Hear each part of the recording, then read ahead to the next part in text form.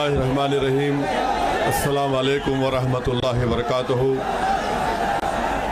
सदर मोहतरम all India Muslim personal हज़रत मौलाना खालिद सैफुल्लाह रहमानी साहब शहनशीन व तशरीफ़ फरमा, कौम और मिल्लत के तंजीमों के ज़िम्मेदारान, मेरे साथी अरकान पार्लिमान, दीगर सियासी पार्टी के ज़िम्मेदार, मोअज़्ज़िज़ हाज़रीन इकराम, बुज़ुर्गान कौम और मिल्लत,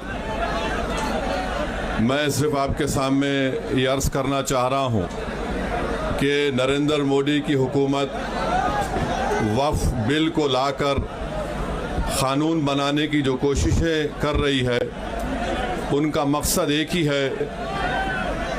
वज़ीर आज़म का मकसद एक ही है कि मस्जिद और मंदिर के नाम पर आवाम हमेशा लड़ते रहे, और उस बिल का मकसद ये नहीं है कि वक्फ की जायदादों को मजबूत किया जाए। आप खुद अंदाज़ा लगाइए कि हिंदू धर्म के एक बहुत बड़े ज्यूरिस्ट हैं BK मुखर्जी की किताब में लिखा गया कि हिंदू धर्म में बाय कस्टम बाय यूसेज वो मंदिर की जायदाद बन सकती है।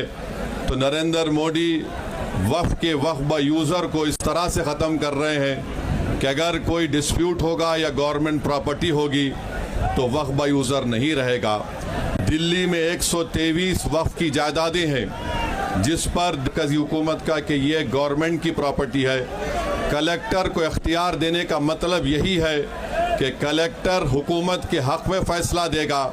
जिस मस्जिद के इमाम हमारे भाई मरकज़ी हुकूमत कहती है कि वो गवर्नमेंट की प्रॉपर्टी है, अगर कल खुदा ना खास्ता ये क़ानून बनेगा तो कोई भी जाकर मरकज़ी हुकूमत की तरफ से, दिल्ली सरकार की तरफ से वहाँ पर एक नोटिस लगा देगा कि ये वक्फ की प्रॉपर्टी। हिबा को निकाल रहे हैं, ट्रांसफ़र ऑफ प्रॉपर्टी में हिबा है, मगर कोई गिफ्ट नहीं कर सकता वक्फ की जायदाद को। नरेंद्र मोदी आजकल भारत के हमारे फजीलतुश शेख बने हुए हैं और ये बता रहे हैं कि अगर कोई मुसलमान होता है तो उसको 5 साल तक वो वक्फ को नहीं दे सकता है। ये कहाँ से इनको मालूम हुआ? कौन से फ़िक़्ह ये की किताब में लिखा गया? तो इनका मकसद एक ही है कि भारत के मुसलमानों से उनकी सियासी और मजहबी शनाख्त को छीन लिया जाए।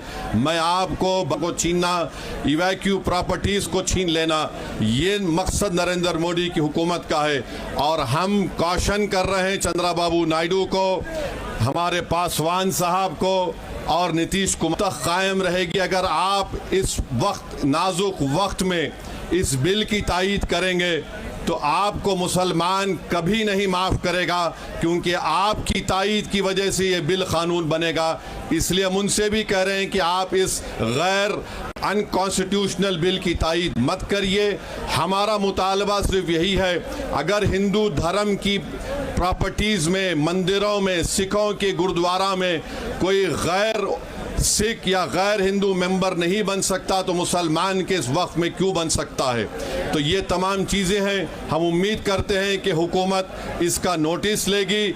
अगर नरेंद्र मोदी इस मुल्क के अमन को ख़राब करना चाहते हैं, वो मस्जिदों और मंदिरों के झगड़ों में जारी होगी।